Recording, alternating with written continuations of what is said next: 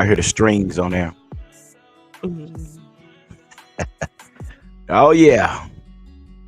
What's up, Cowboy Nation, Cowboy Headquarters, and America's team? It's your boy, G, the number one Cowboy fan, Hampton, coming at you live, direct, and correct with some more news. That's right, I said more news that you can use. And here we are on a Saturday morning, man. I'm telling you, and it has warmed up in the DFW area again. And again, when I say DFW area, that refers to the Dallas-Fort Worth area. The Dallas-Fort Worth is right there in the Metroplex. So when I say DFW, that means I'm referring to the Dallas-Fort Worth area, which our stadium lies right between Dallas and Fort Worth, which is in Arlington, Texas. So yeah, a little history for you. So now somebody asks you, where is the AT&T Stadium located? You can say it's located between Dallas and Fort Worth. And a little history. Fort Worth was actually a fort back in the old Western days. It was a fort. So Fort Worth, where I was born and raised. A lot of people know us by Dallas. Well, hey, Fort Worth got it going on just as well as Dallas. How about that? Give it up. Yeah, so here we are, man. And the temperature, man, it has got warm again, and we had a little cold front that come through here. And now here we are. Yeah, it's going to be back in the 90s. So with that being said, man, I hope everybody's doing well this morning. Yeah, I got an event I got to go to this morning. But I got to share the info with my folks.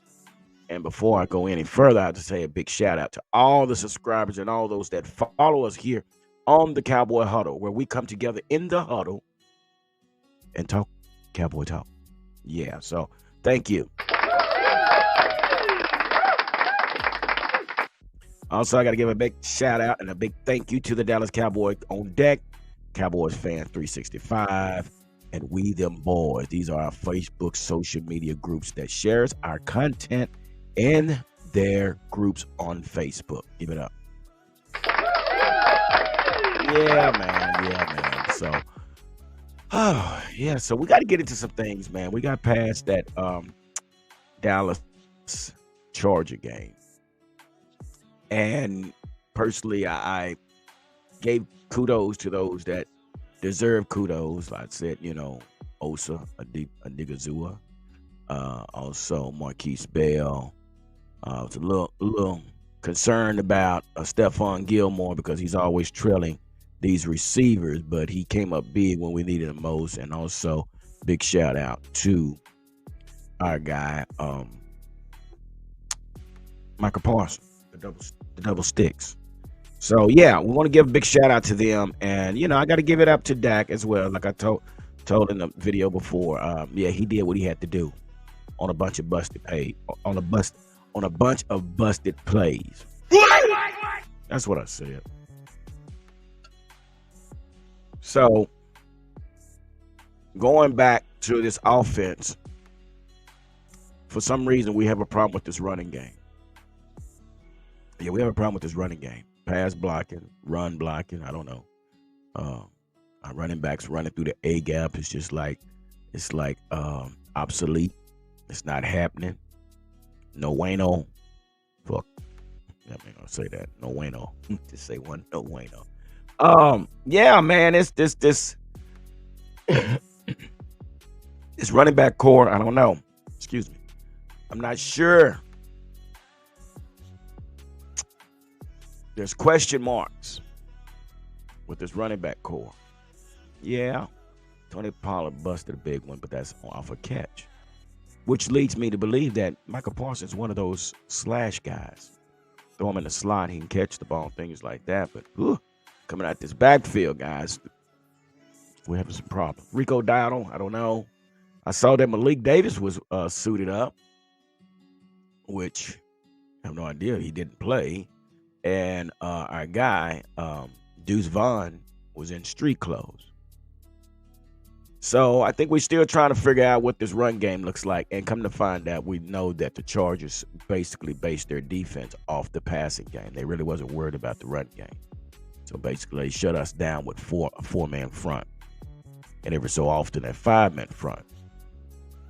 So I say all that to say this. Oh, and before I get into, I got to give a big shout out to our winners, man. We had two winners. We had two winners. Oh, let me see, where's it at? That won tumblers, and they should be coming their way here soon. We got to give it up to Ronnie Mitchell, which he won a tumbler, and Andreas Romero. He won a tumbler as well. So this is something we're going to be doing again on What's Up Wednesday, man, when we do our live stream. So congratulations to these guys. Your tumblers are on their way. Yeah, man, we did a little trivia, and shoot, these guys here. That's one thing I said about the folks that follow this channel. They're well knowledgeable of their Dallas Cowboys. So, I can't come with no cheese. I got to come with some relevant information. And with that being said, yeah, y'all see the title, Saquon Barkley to the Cowboys. Listen, I'm just reporting what everybody else is putting out there. Now, there's an NFL trade rumor that the Cowboys need to trade for Saquon Barkley. Yeah. So, who is this? This is been reported, and it was told that if I were them, I would try to make a dramatic move. I would call up the Giants about Saquon, a big pass catcher guy with Saquon. You could have both Pollard and Barkley. You could have both of them on the field at the same time.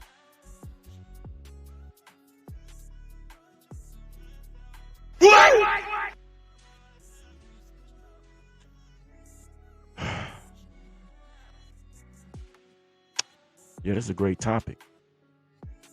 What do y'all think? And y'all know what I'm going to say. We had Zeke and Pollard. Yeah. I know what you're probably saying. Oh, yeah, but Zeke was washed up. Yeah, Zeke, he was done. We can get Saquon Barkley, and do we know that that's the case? Yeah. I really think he would make a great addition to the team. Yeah. What are you going to give up for him? Yeah, you got to give up a second round for him. You definitely got to get a second round. Probably have to throw Gallup in there. And maybe something else. Shit, throw Mozzie in there. I think I'm lying. I'm just kidding. Good grief. Don't be so sensitive. But yeah, we would have to give something up. I would say a second round and maybe Michael Gallup. If they want Michael Gallup, I don't know. It's just that contract is so big. But they would have to definitely give up the second round. Because we don't do well when we draft second rounds. We got Schoonmaker. We went and got Boss Man Fat, Kelvin Joseph. They didn't. But they got Sam Williams, and we still waiting on Sam Williams to step up. So for some reason, we having problems with our second round pick. So give up a second round pick since we don't do so well doing picking it in the second round. So just give him a second round. Give him a couple of players. I don't know who you're gonna get. Would you give him Deuce? Would you give him Deuce? Come on now. I mean, listen. It's not about the love of the game. It's about the business of the game. Believe me, I know it happens. Great story with Deuce, but it's a business. So, yeah, this is the rumors that's going around out there. Saquon to Dallas. My nose is shiny or something. Well, yeah, think about that. Yeah, man, I'll take Saquon. Yeah, bring Saquon on over here and let him and Tony Pollard. Man, you got to remember, Saquon is injury prone. I didn't want to bust your bubble, but now you know it. Saquon stays on that injury list.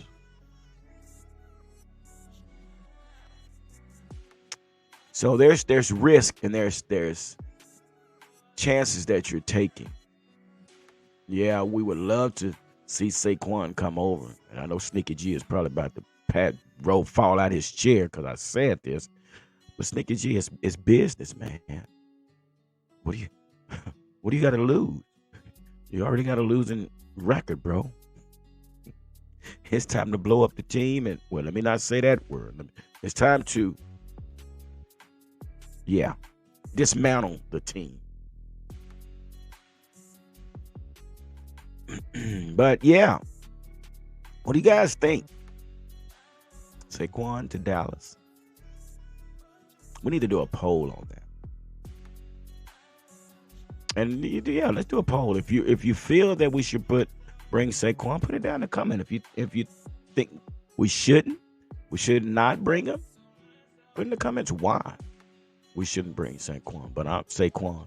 But again, yeah, the guy's a great player when he's healthy.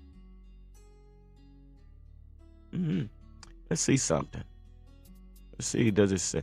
Oh yeah, and there's others that that's been suggested that the Cowboys to trade for. Kyle Duggar and Hunter Renfrow. Hunter Renfrow. And we talk about this receiving situation. That's a whole different story. You want to bring another receiver in when we can't even get the ball to the receivers that we have. Mind you, CeeDee Lamb has 1 touchdown after 6 games. Brandon Cook, 1 touchdown after 6 games. Michael Gallup, 0 touchdowns after 6 games. And we're talking about receivers. Jalen Tolbert, not even seeing the field. Kevontae Turpin, 1 touchdown. And I think one of our tight ends, 1 touchdown. So don't come talking to me about trading for a receiver. For what? We can't even get the ball to the receivers that we have.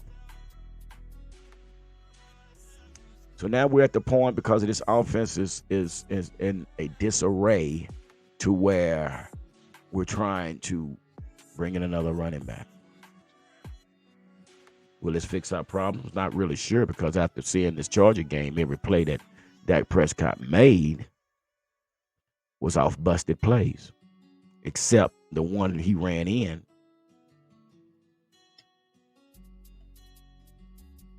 Something to think about. But anyway, let's go into other news. I just want to share that with you guys, a possibility that they could be the trade deadline and all this stuff. And if it hadn't passed, I don't know if it had passed or not. Let's see. But anyway, just something that was out there. If the trade deadline had passed, well, we hadn't heard anything bad about Saquon. Well, I guess they didn't think it was a good move.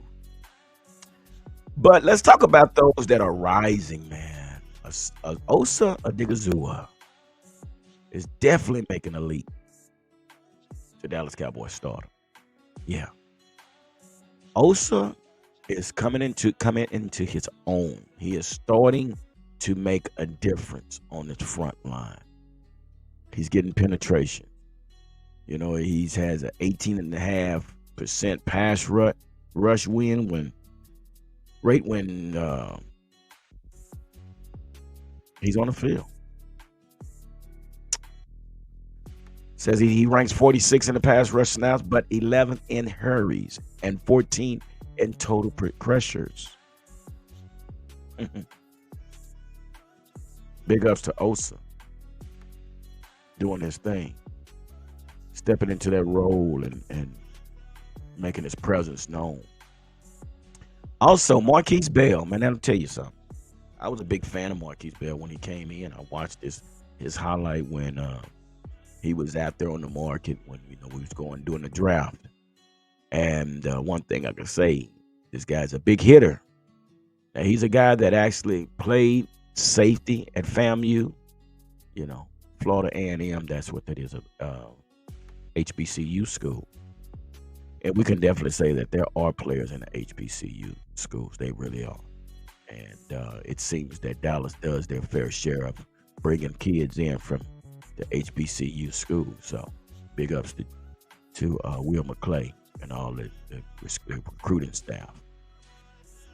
But yeah, big ups to Markquese Bell, because the guy definitely stepped up on Monday night. and basically made his presence known. So we got to give it up for these two guys, man. They really have helped this defense out.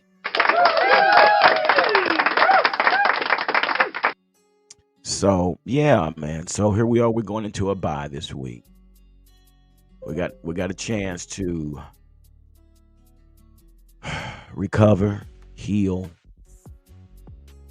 go through our therapy, and probably change up this offense.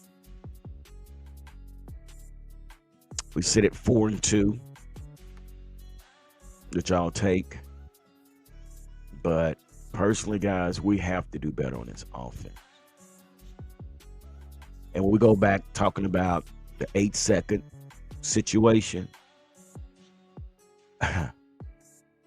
let me be the first to say that Mike McCarthy does not trust Dak. And which Dak is not helping himself either after that 49er game. He's not helping himself either. So it's more like instead of Mike McCarthy allowing Dak Prescott to grow up to be a mature man, it's like he's not quite ready yet. I still have to babysit him. He's not quite there yet. And I can understand that as a coach because he's trying to protect Dak from throwing interceptions.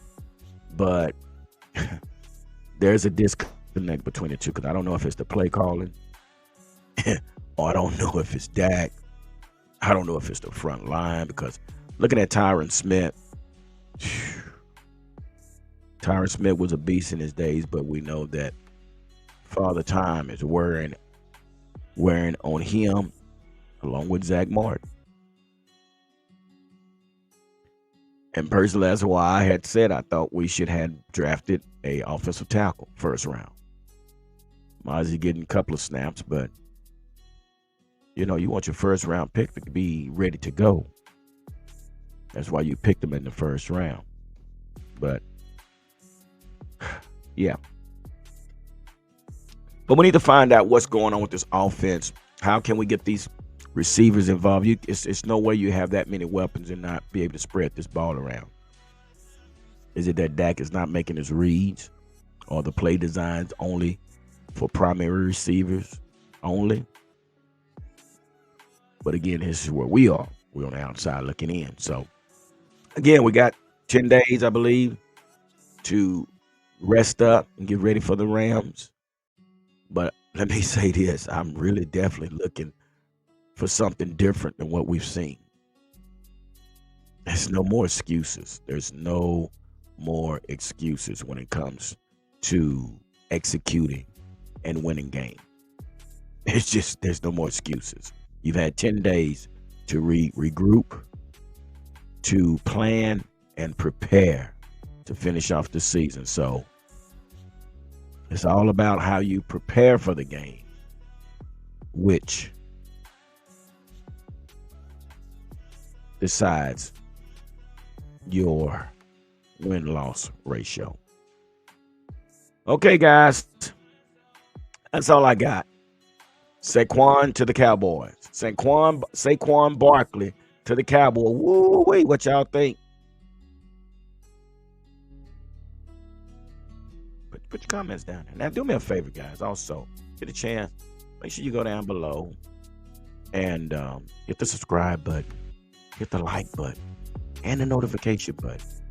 We got some things that's coming up, and we're going to get this thing, this Cowboy Huddle podcast, even bigger. Some ideas that I have that I want to do to branch out this podcast, so you can have the Cowboy Huddle podcast 24/7. Whoa, wait a minute. Give it up. Yeah, we're gonna try to get this Cowboy Huddle podcast where you can get it 24/7 instead of just on certain days. We're trying to get this thing set up where you will be able to hear something from the Dallas Cowboys, the Cowboys podcast, the Cowboy Huddle podcast. Blah, blah, blah, blah, blah. Anyway, but yeah, so I'm working on some things. So y'all stay tuned. So make sure you invite someone to tune in to the Cowboy Huddle podcast. We got some things on the horizon. So I'm working on some things with my administrator. She keeps me going. But anyway, with that being said, like I always say, don't nothing come to a sleeper but a dream. So let's make it happen. Mike McCarthy. How about that?